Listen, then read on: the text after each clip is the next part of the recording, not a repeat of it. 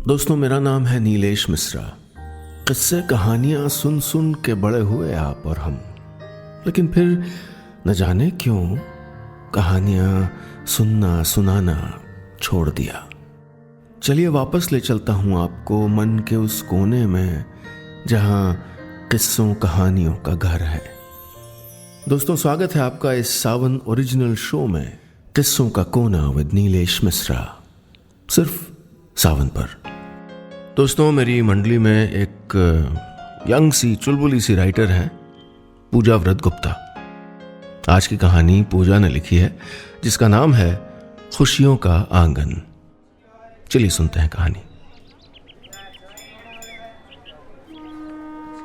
मेरी ट्रेन का लेट होना नई बात नहीं थी। जब भी हॉस्टल से घर आती हूँ, ट्रेन लेट होकर मेरा इम्तिहान जरूर लेती है। उस चांद का भी जो ट्रेन के पीछे दौड़ता हुआ मेरे साथ मेरे घर जा रहा होता है।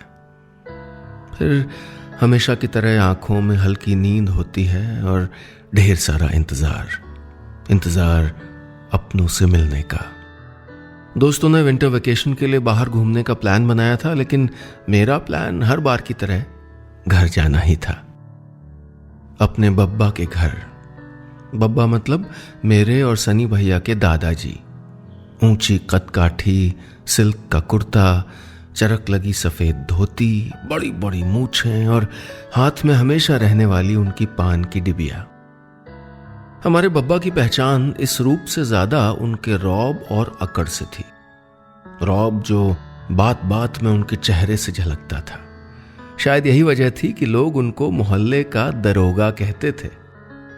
आस पड़ोस में कोई झगड़ा हो, कोई कलेश, मामला सुलझने बब्बा के पास ही आता था। लेकिन हर मामला आसानी से सुलझाने वाले हमारे बब्बा जिंदगी के उस मामले में उलझ गए जिसको लोग बुढ़ापा कहते हैं। पिछली बार मुझको हॉस्टल से अचानक घर आना पड़ा था। बहुत बीमार थे बब्बा। ताऊ जी ने फोन पे कहा था, बेटो तू जल्दी आ जा, आखिरी बार देख ले अपने बब्बा को। ये कहते हुए उनकी सिसकी फोन के इस पार महसूस करके मैं बिलख पड़ी थी। उस दिन देर रात जब घर पहुंची तो बब्बा हमेशा की तरह दोनों तरफ मसनद लगाए अपने तख्त पे लेटे थे। पहली बार मैंने उनको इतना शांत, इतना बेबस देखा था। चेहरे पे हमेशा रहने वाली अकड़ जैसे कहीं भाग गई थी। सब साथ रहना, खूब खुश रहना, कपकपाते होठों से उनके आखिरी शब्द थे ये। फिर बब्बा हमेशा के लिए गहरी नींद में सो गए। उनके जाने के बाद मैं पहली बार घर जा रही थी। स्टेशन पहुंची तो पापा लेने आए थे। पापा को देखकर मैं इसलिए चौंकी क्योंकि मुझे स्टेशन लेने और छोड़ने की जिम्मेदारी ताऊ जी के बेटे सनी भैया की थी। मैंने पापा से भैया के ना आने की वजह भी पूछी, पर उन्होंने कोई जवाब नहीं दिया। स्टेशन के बाहर निकलते ही रिक्शे वाले को आवाज लगाई और मेरा सामान रिक्शे में रखकर मुझको बैठने का इशारा किया। फिर पूरे रास्ते बिना कुछ कहे बस इधर उधर देखते रहे, जैसे कुछ छुपा रहे थे पापा। बहुत अजीब लगा था मुझको। पहली बार सनी भैया का मुझको लेने स्टेशन नहीं आना और मेरे 5 महीने बाद घर आने पे भी पापा का ये रुख। कोई तो वजह थी, कुछ तो हुआ था। मैं घर तो आ गई थी, लेकिन न जाने क्यों वो खुशी नहीं हुई जो हर बार होती थी। तब जब भैया मुझे स्टेशन से सीधे घर लाने के बजाय गट्टू हलवाई की रबड़ी खिलाने ले जाते। घर पहुंचते ही बड़ी माँ मुझको भरी आंखों से ऐसे चिपका लेती जैसे मैं घर आई नहीं, घर से जा रही हूं। और ताऊ जी, वो मेरे आने के इंतजार में आंगन वाली आराम कुर्सी पे सर टिकाए तब तक बैठे रहते जब तक मुझे देख नहीं लेते थे। बिट्टो, तेरी ट्रेन लेट होती तो मुझको चिंता के मारे नींद ही नहीं आती। फिर आज कैसे सब सो गए थे। मैंने इधर उधर देखा। पूरे घर में अजीब सा सन्नाटा पसरा था। न तो बड़ी माँ दिखाई दी, न सनी भैया, न ताऊ जी। आंगन के उस तरफ से कोई रोशनी भी तो नहीं आ रही थी। मैं माँ से कुछ पूछती उससे पहले ही उन्होंने मुझसे घर में फैले इस सन्नाटे और अंधेरे की वजह बता दिया कि अब पहले जैसा कुछ भी नहीं रहा। और इस घर में यह बदलाव तब आया जब कुछ दिन पहले खाने की टेबल पे एक छोटी सी बात से शुरू हुई बहस पापा और ताऊ जी के बीच दीवार बन के खड़ी हो गई। बहस घर का पिछला हिस्सा बेच देने को लेकर शुरू हुई थी। पापा ने ताऊ जी को राय दी कि घर का पिछला हिस्सा जहां बब्बा की पुरानी बैठक थी उसे बेचकर बाजार में एक और दुकान ले ली जाए। कस्बे में नया मार्केट बना था जहां दुकानों की नीलामी हो रही थी। जगजीवन राम एंड सन्स की एक और दुकान खोलना चाहते थे पापा, लेकिन पापा की इस सलाह में ताऊ जी को उस दिन कुछ और ही नजर आया। वो चिल्ला के बोले, बैठक वाला हिस्सा बेच दे, बब्बा की बैठक का? तेरा दिमाग तो खराब नहीं हो गया छोटे? लेकिन दादा, बब्बा भी तो ये चाहते थे कि कारोबार में तरक्की हो और फिर अब बब्बा है नहीं तो उस बैठक वाले हिस्से का क्या होगा? वैसे भी वो घर से बिल्कुल अलग है। पापा इससे आगे कुछ और बोलते कि ताऊ जी ने उनको कस के फटकारा। बब्बा के रहने तक तो तेरे दिमाग में ये बात कभी नहीं आई और उनके जाते ही अचानक तुझको कारोबार बढ़ाने की चिंता हो गई। साफ साफ क्यों नहीं कहता कि तुझको अब अलग दुकान चाहिए? अलग दुकान? ताऊ जी की सोच ने पापा को एक पल में झूठा और पराया बना दिया था। पापा को एहसास था कि बैठक के हिस्से को बेचने की बात कहकर उन्होंने गलत किया है, लेकिन उसके बदले ऐसा इल्जाम, ये बात उनको बर्दाश्त नहीं हुई, जिसका नतीजा यह हुआ कि पापा ने मां को साफ साफ कह दिया कि अब वो बड़ी मां के साथ खाना नहीं बनाएगी। एक छोटी सी बात ने घर के चूल्हे अलग कर दिए थे। बचपन से ही अपने घर के इस आंगन में मैंने बहुत सी लड़ाइयों को सुलझते देखा था कि कैसे बब्बा संस्कारों की दुहाई देकर टूटते घर को भी जोड़ देते थे। लेकिन आज उनका अपना घर ही टूट रहा था। ऐसा ही रहा तो बंटवारा होगा। तेरे पापा बता रहे थे कि बड़े भाई साहब ने तो शायद किसी वकील से बात भी कर ली है। बंटवारा? माँ के मुंह से ये शब्द सुनकर मुझे बचपन के वो दिन याद आए जब मेरी सहेली गुंजन के घर का बंटवारा हुआ था। मोहल्ले के सारे बच्चे उसके घर के बड़े से आंगन में खेलते थे, लेकिन एक दिन अचानक उस आंगन में दीवार खड़ी हो गई।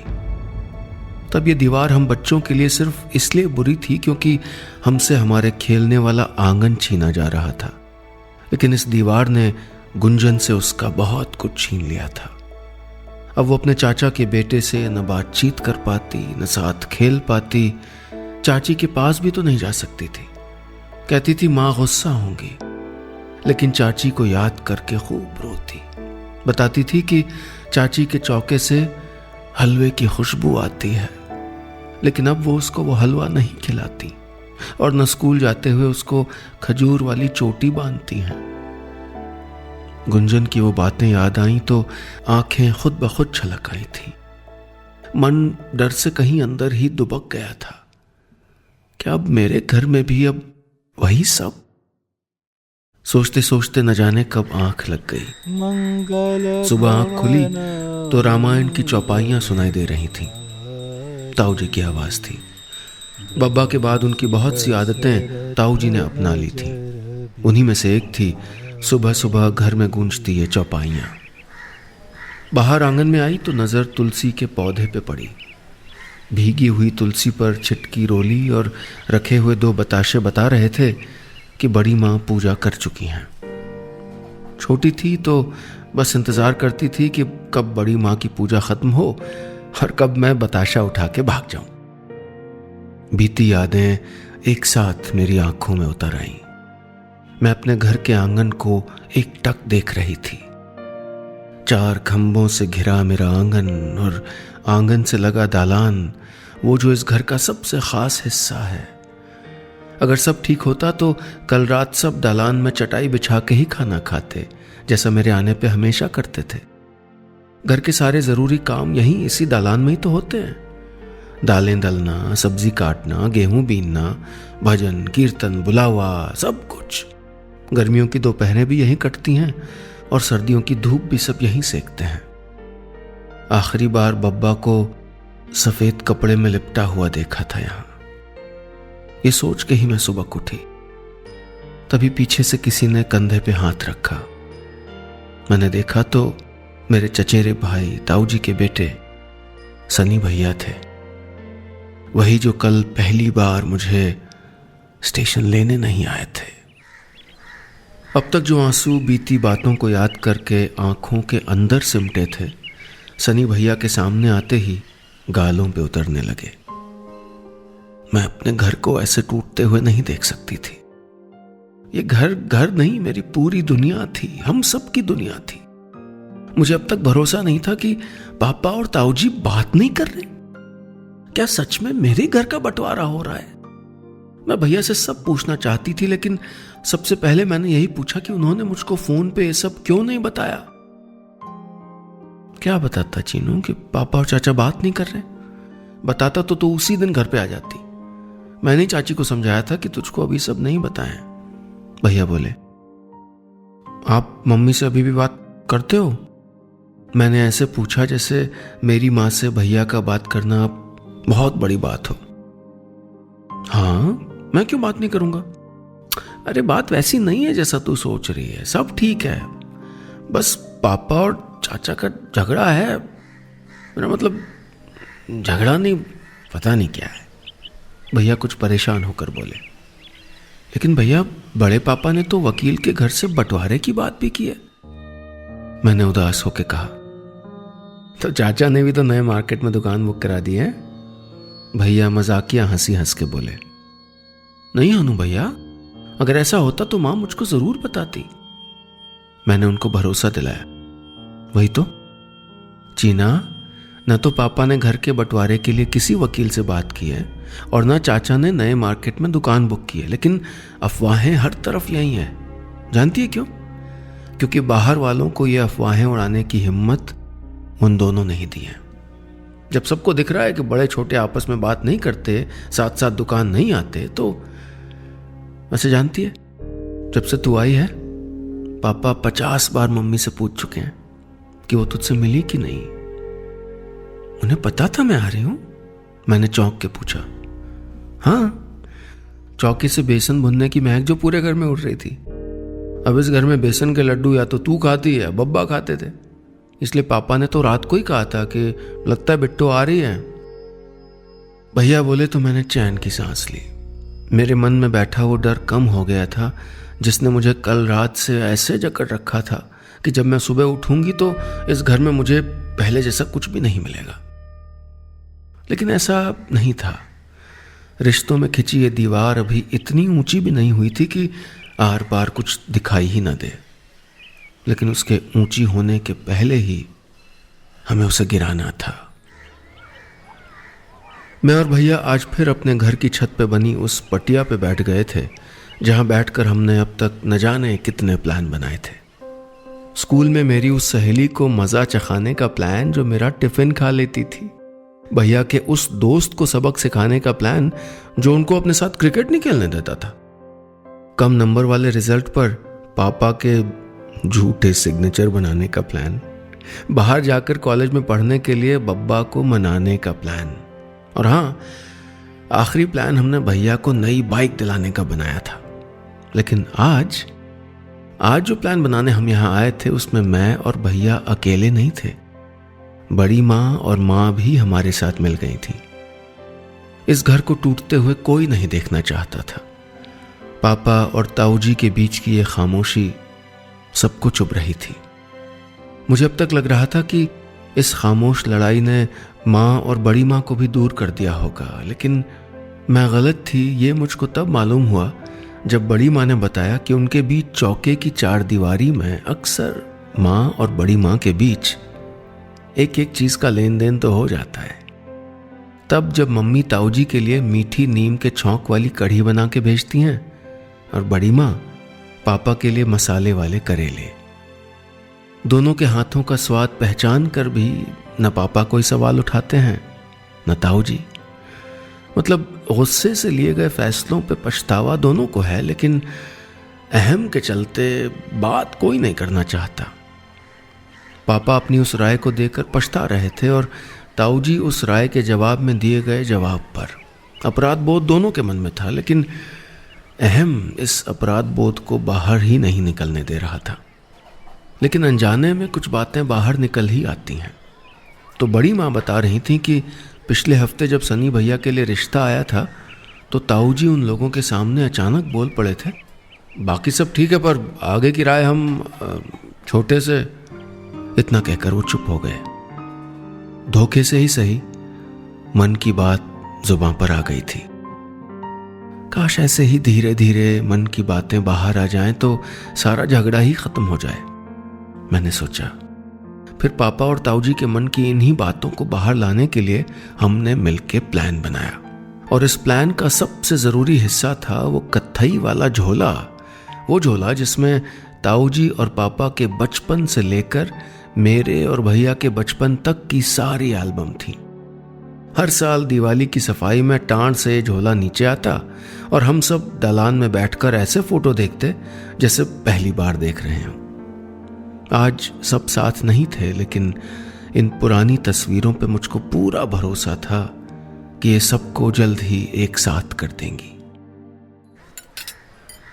आज दुकान बंद थी, इसलिए ताऊ जी आंगन में बैठकर इत्मीनान से अखबार पढ़ते हुए चाय पी रहे थे और पापा आंगन में खंभों पे लिपटी फूलों की बेल की कटिंग में उलझे थे। बस मौका अच्छा था। भैया और मैं बिना देरी किए एल्बम वाला झोला लेके बैठ गए।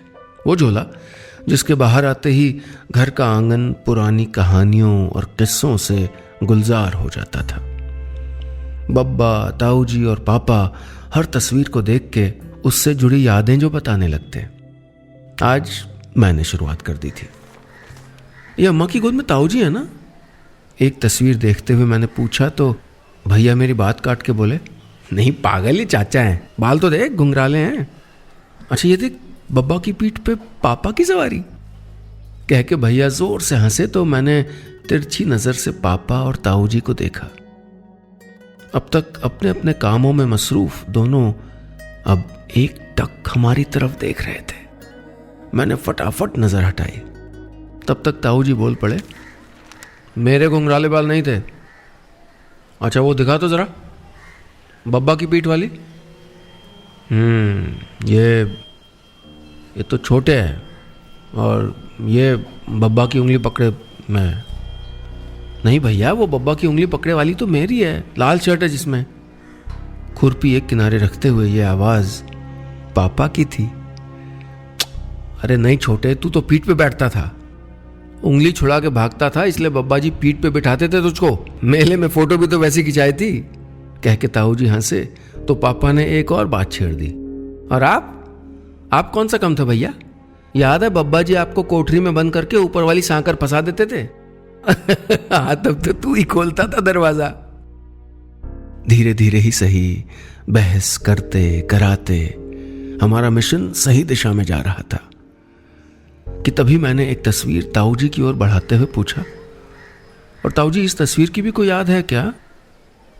घर के आंगन में कंधे पे एक दूसरे का हाथ रखे खड़े पापा और ताऊ जी की तस्वीर थी। वो तस्वीर जिसे हम सब जब भी देखते तो पापा और ताऊ जी ठीक तस्वीर की तरह ही कंधे पे हाथ रख के बब्बा के सामने खड़े हो जाते और पूछते, है ना बिल्कुल ऐसी बब्बा? आज जैसे ही मैंने सिसकते हुए तस्वीर ताऊ जी के हाथ पे रखी तो वो समझ गए मैं क्या कहना चाहती थी। मुझे सिसकता देख सब लोग पास आ गए। तभी सनी भैया मेरे कान के पास आके बोले, ये तो हमारे प्लान में था ही नहीं कि तू रोएगी चीना। प्लान? पापा और ताऊ जी एक साथ बोले। मैंने झिझक कर ऊपर नजर उठाई तो देखा ताऊ जी पापा के कंधे पे हाथ रख के खड़े थे। मुझे समझ नहीं आ रहा था कि मैं जोर जोर से रो दूं या खिलखिला के हंस दूं।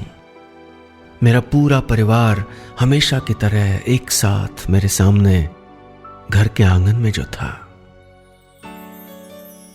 किस्सा खत्म, पैसा हजम।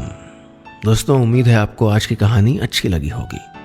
आप सुन रहे हैं सावन ओरिजिनल शो किस्सों का कोना विद नीलेश मिश्रा, सिर्फ सावन पर।